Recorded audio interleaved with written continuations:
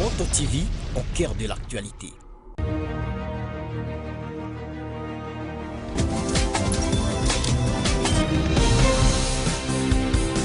Le monde a célébré ce 7 mai la journée dédiée aux orphelins du sida.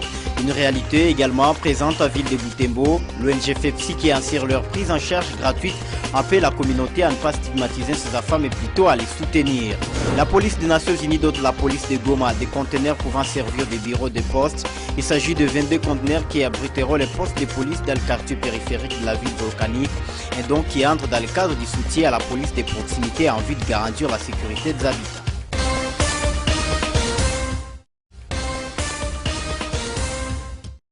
Les enfants orphelins du sida ne doivent pas faire objet de stigmatisation. Ils ont plutôt besoin d'une compassion de la part de leurs proches. Conseil de Madame Marie-Dolorose Mansika Kafanya, secrétaire exécutive de l'association FEPSI, en marge de la journée mondiale dédiée aux enfants orphelins du sida qui se célèbre chaque 7 mai de l'année. À Butembo, ces orphelins sont pris en charge par l'association Femmes engagées pour la promotion de la santé intégrale FEPSI. On rencontre aussi des enfants orphelins du VIH-Sida qui sont aussi séropositifs, qui sont déjà malades puisqu'ils ont été nés de parents malades.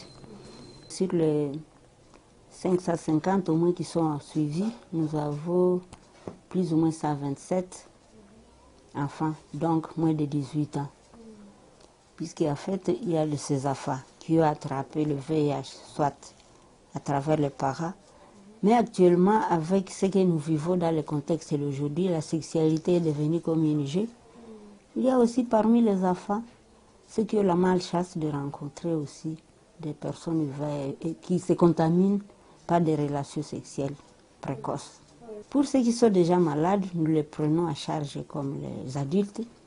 Nous avons des ARV qui sont spécifiques pour les enfants. Et là, en fait, pour les ARV, c'est vraiment la gratuité. Parce que nous recevons les ARV de la zone de santé, et la zone de santé est de la part des PNLS. Pour ceux qui sont déjà atteints, donc, on les suit d'abord psychologiquement. Il y a la prise en charge psychologique, puisqu'ils sont traumatisés, en fait, quand ils savent qu'ils sont déjà malades.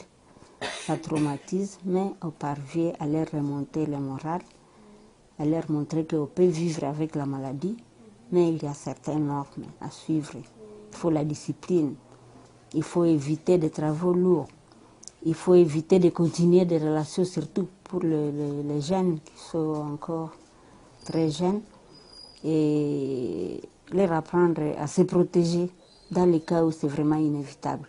À cette occasion, Madame Marie Kafanya appelle la communauté à faire les dépistages volontaires pour connaître son état sérologique. Victime potentielle, c'est nous tous. Donc, toute personne, dans le cas où on ne se réserve pas, on peut toujours attraper le VIH-Sida. C'est pourquoi nous avons beaucoup à sensibiliser dans la communauté. Il faut toujours connaître son état sérologique, c'est très important. Puisque sans connaître son état sérologique, on est dangereux pour soi-même et pour les autres aussi. Mais quand on connaît son état, on peut quand même voir comment se comporter. Chaque 15 secondes, un parent meurt dans le monde du sida, ce qui fait que le nombre d'enfants orphelins accroît dans le monde, renseigne l'ONU-SIDA.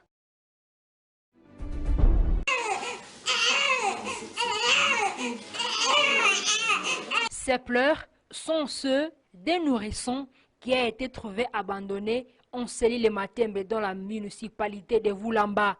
Il s'agit d'une fillette de 3 mois qui a été recueillie par une femme qui cherchait du bois de chauffe l'après-midi de ce mercredi 6 mai 2020. Avant de trouver une famille d'accueil, ces nourrissons est pris en charge à l'hôpital général des références de Kitatumba. John kasikia mtoto konalilia munyumba moya yenye hayapotewa iko kule yulu Matembe kule. J'allais chercher du bois. De là, j'ai attendu un enfant qui pleurait dans une maison qui est encore à chantier. Très vite, je suis allée alerter le voisin. Tous ensemble, nous avons vu l'enfant sur le sol. Il pleurait beaucoup. C'était vers 16h30.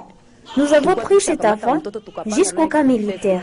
Les soldats ont essayé de faire des enquêtes sur les lieux où étaient les bébés avant que nous ne puissions descendre chez le chef adjoint du quartier Matembe qui nous a à son tour envoyé chez sa chef. Ensemble avec la chef, nous sommes venus ici.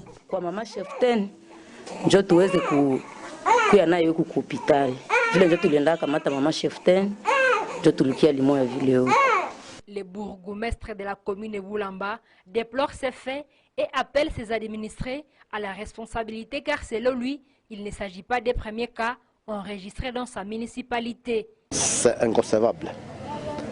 Une maman, après avoir accouché, elle va abandonner l'enfant à brousse. C'est vraiment un acte d'animosité. Un acte d'animosité, en ce sens que pendant 9 mois, elle a supporté la grossesse de cet enfant. Maintenant, après avoir accouché, elle va abandonner l'enfant. C'est vraiment un acte même de portée criminelle. Et donc, c'est à ce sens que je lance un cri d'alerte à toute ma population de la commune Volamba, à toutes les familles qui m'écoutent à la commune Volamba, de surveiller parmi la population de la commune que si on retrouvait une fille qui était grosse et qui aurait déjà accouché, qu'on puisse nous alerter parce que nous sommes actuellement à l'hôpital Kitatumba où l'enfant est pris à charge. Les chefs de l'entité indiquent que les recherches sont en cours afin de retrouver ses parents.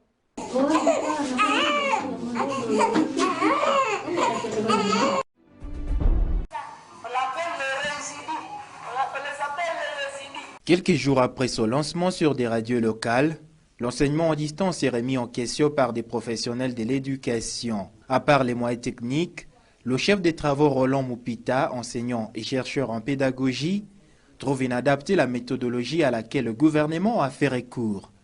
Pour lui, la présence physique de l'enseignant est indispensable auprès des apprenants. Évidemment, c'est un programme circonstancié, mais je me dis que cet enseignement ne va pas porter de fruits.